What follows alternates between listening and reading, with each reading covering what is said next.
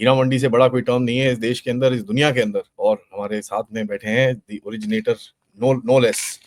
और आज हमको बताएंगे, अभी हीरा अलग होने वाला है, मंडी अलग होने वाला है, अब मेरे हिसाब से एच भी अलग होगा, ई भी अलग होगा, ई सब कुछ अलग हो जाएंगे। There is a lot which is happening about Pakistan. And Pakistan पे जाने से पहले मैं जाने के टाइम पे मैं कुछ चीजें दिखाऊंगा आपको कि भाई अमेरिका की एनालिसिस इतनी क्यों महंगी रहती है पाकिस्तान के बारे में, उसके ऊपर भी थोड़ी सी बात करेंगे। सर जी नमस्कार, thank you so much, welcome to the show. नमस्कार आदि, नमस्कार एवरीबॉडी। सर जी क्या सर, आप हीरा मंडी तोड़ देते हो यार, गलत बात है। मतलब हमारा तो साला मेरे को नया टॉपिक ढूंढना पड़ेगा अभी। नहीं, तेरे को तो अभी काफी टाइम लग जाएगा आदि, नक्शे वक्शे नए बनाने के लिए। नए नए स्टेट्स बनेंगे, नए नए देश बनेंगे। But this was predicted. हमारे कुछ दोस्त बंधु काफी क्या कहते हैं ना, जल्दबाजी में रहते हैं। कब हो रहा है? 6 महीने से बोल रहे हो तुम, 1 साल से बोल रहे हो। देखो, देश ऐसे टूटते हैं और शायद अभी भी ना टूटता। पाकिस्तान अच्छे दिमाग ले जाता ना तो आज भी ना टूटता। लेकिन इन्होंने जो करतूतें की है ना पिछले, समझ लो आप, 1.5-2-3 महीने में, तो इन्होंने अपनी कब्र थोड़ी जल्दी खोल दी। तो हीरा मंडी टुकड़े होंगे इंशाल्लाह इंशाल्लाह। बाकी देखो, you will have more topics actually. आज पश्तूनिस्तान, कल बलूचिस्तान, परसों हर पे बात किया करेंगे। एक तरह से शुरू करते हैं sir, let's start from one side. सबसे पहले जाते हैं बीएलए पे, सिंध और बीएलए पे। ठीक है, सिंध में तो वही प्रोटेस्ट चल रहा है अभी भी। बीएलए ने बैंड बजाई है, जो अटैक करा है। भारत में तो कई लोग बोलते हैं कि साहब पुलवामा में कितने 200 किलो आरडीएक्स यूज हुआ था, वहां पर कोई 450 किलो हुआ है।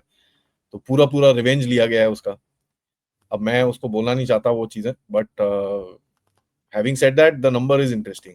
450 किलो आरडीएक्स से आपने बसें उड़ाई हैं। बीएलए तो बोलता है सर कम से कम 150 बंदे गए हैं, बीएलए बोल रहा है। अब इसमें क्या सच्चाई है sir, what do you think happened? नहीं देखो, ये जो प्रोपेगेंडा, साई वॉर सब चलता है ऐसे ऐसी चीजों में, तो एक पार्टी को ट्रस्ट करना भी ठीक नहीं है। हम बीएलए को भी आंख बंद के ट्रस्ट नहीं कर सकते, और पाकिस्तान को तो खैर पाकिस्तानी ट्रस्ट नहीं करते, तो हम कहाँ से करें। बट एक कॉमन सेंस की बात है कि अगर 600 केजी बोल रहा है, 450 केजी बोल रहा है, आप 300 मान के चलो। 300 केजी जब आरडीएक्स फटता है, तो ये मान के चलो कि एक बस है, उसको टारगेट किया गया है, उसके नीचे है, जिसको ठोका जो भी किया। तो आपको क्या लगता है वो बस एक प्रोटेक्टेड शेल की तरह फटेगी, उसके अंदर ही सब मादा जमीन पे गिरेगा? उसका जो फैलाव होता है, फिर देखो, कॉन्वे कॉन्वे किसको कहते हैं? कॉन्वे तब कहते हैं जब गाड़ियां 40 से 50 मीटर एक दूसरे के पीछे चल रही होती हैं।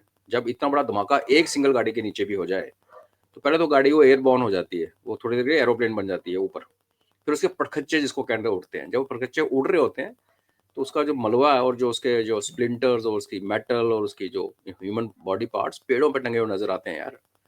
तो आप ये मान के चलो कि कॉमन सेंस ये कहती है कि अगर एक गाड़ी 300-400 किलो आरडीएक्स से हिट हुई है, तो उसके आगे वाली गाड़ी, उसके पीछे वाली गाड़ी, और डिपेंडिंग ऑन और कौन लेफ्ट राइट में था, वो सारे अफेक्टेड है।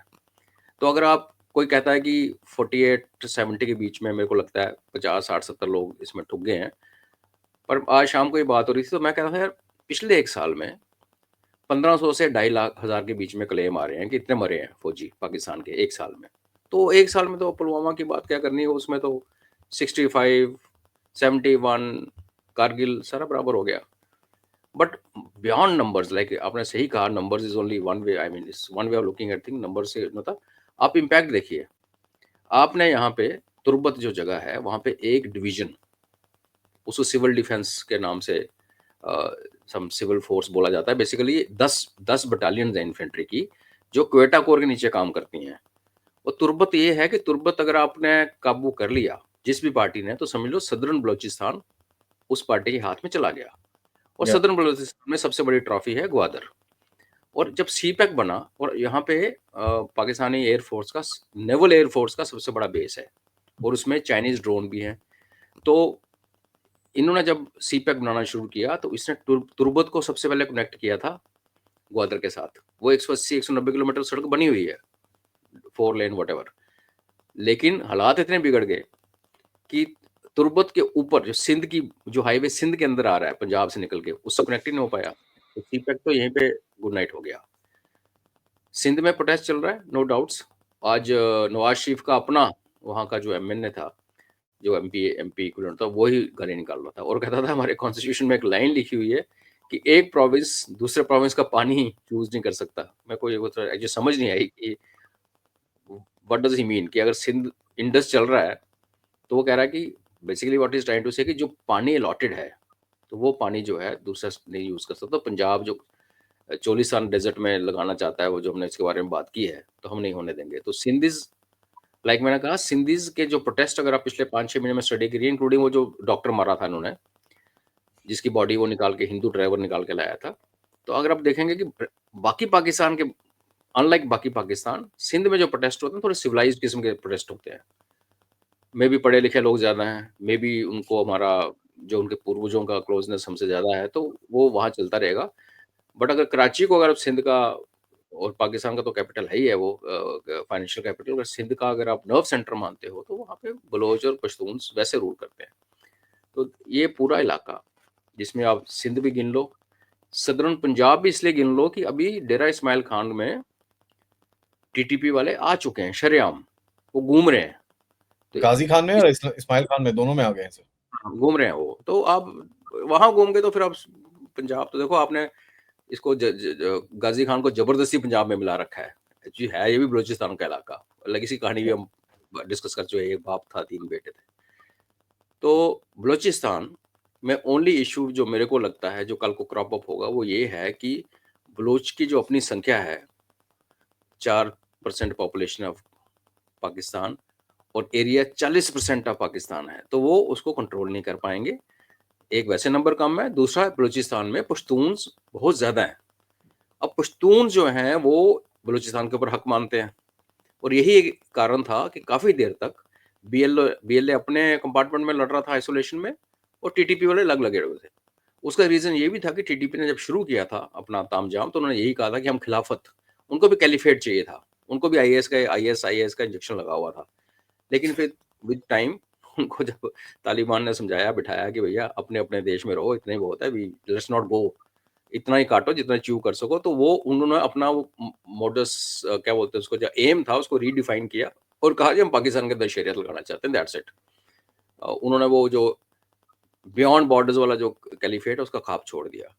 That was one. सेकंड ये कि जब चाइनीज के ऊपर टारगेटिंग स्टार्ट हुई, तो आप देखिए टीटीपी पाकिस्तानी फौजियों को मार रहा है, नो डाउट्स, चाइनीज पे भी अटैक करता है, लेकिन चाइनीज को सबसे ज्यादा हर्ट किया है बीएलए ने। तो आपको याद होगा 6-7 महीने पहले हमने बात की थी कि टीपीपी ने एक अपनी सिस्टर ऑर्गेनाइजेशन खड़ी की है, न्याय ग्रुप, और बीएलए ने भी न्याय ग्रुप पे खड़ा किया, उन दोनों ने आपस में संधि कर ली है। सो आप सामने आमने सामने नहीं आए, आपने टेबल के नीचे से, जिसको मांडवाली कहते हैं, एक कर लिया, बिकॉज उसके बिना फाइट हो नहीं सकती।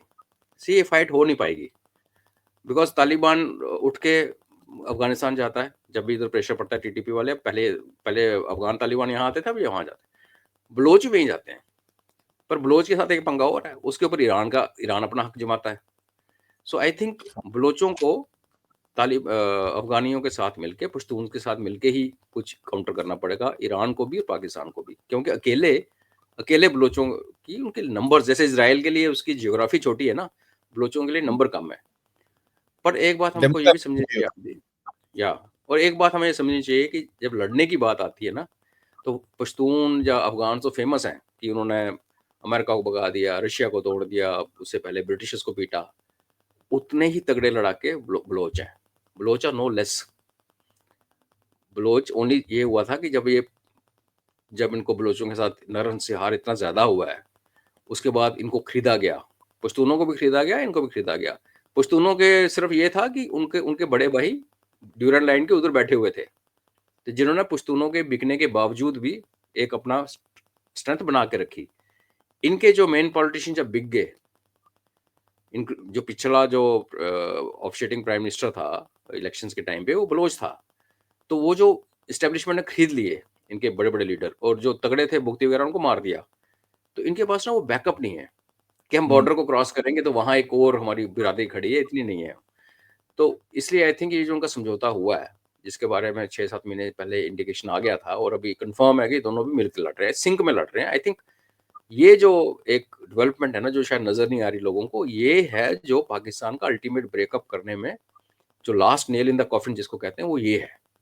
क्योंकि जब अगर अलग-अलग लड़ते रहते, तो एक वो पाकिस्तान आर्मी की ब्रूटैलिटी को काउंटर करना मुश्किल है ही है। दूसरा, इनके बाद के भी जो पंगे हैं ना, आज इनकी अंडरस्टैंडिंग अगर होगी है जो कि सुने कहा लग भी रहा है और कहा भी जा रहा है, अगर होगी इसका मतलब उन्होंने अपना फ्यूचर सॉर्ट आउट कर लिया है कि कल पाकिस्तान से जान छूटेगी तो हम क्या करने वाले हैं, हम इकट्ठे रहने वाले हैं, जहाँ अफगान इनको ब्रीदिंग स्पेस देंगे, बिकॉज उनकी पॉपुलेशन को एक्चुअली थोड़ी ही जगह चाहिए।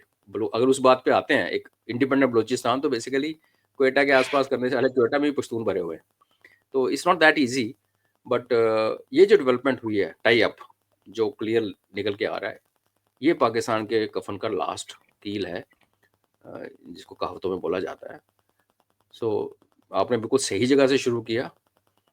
जो इम्पैक्ट आ रहा है आज दुनिया के ऊपर, वो बलूचिस्तान से आ रहा है।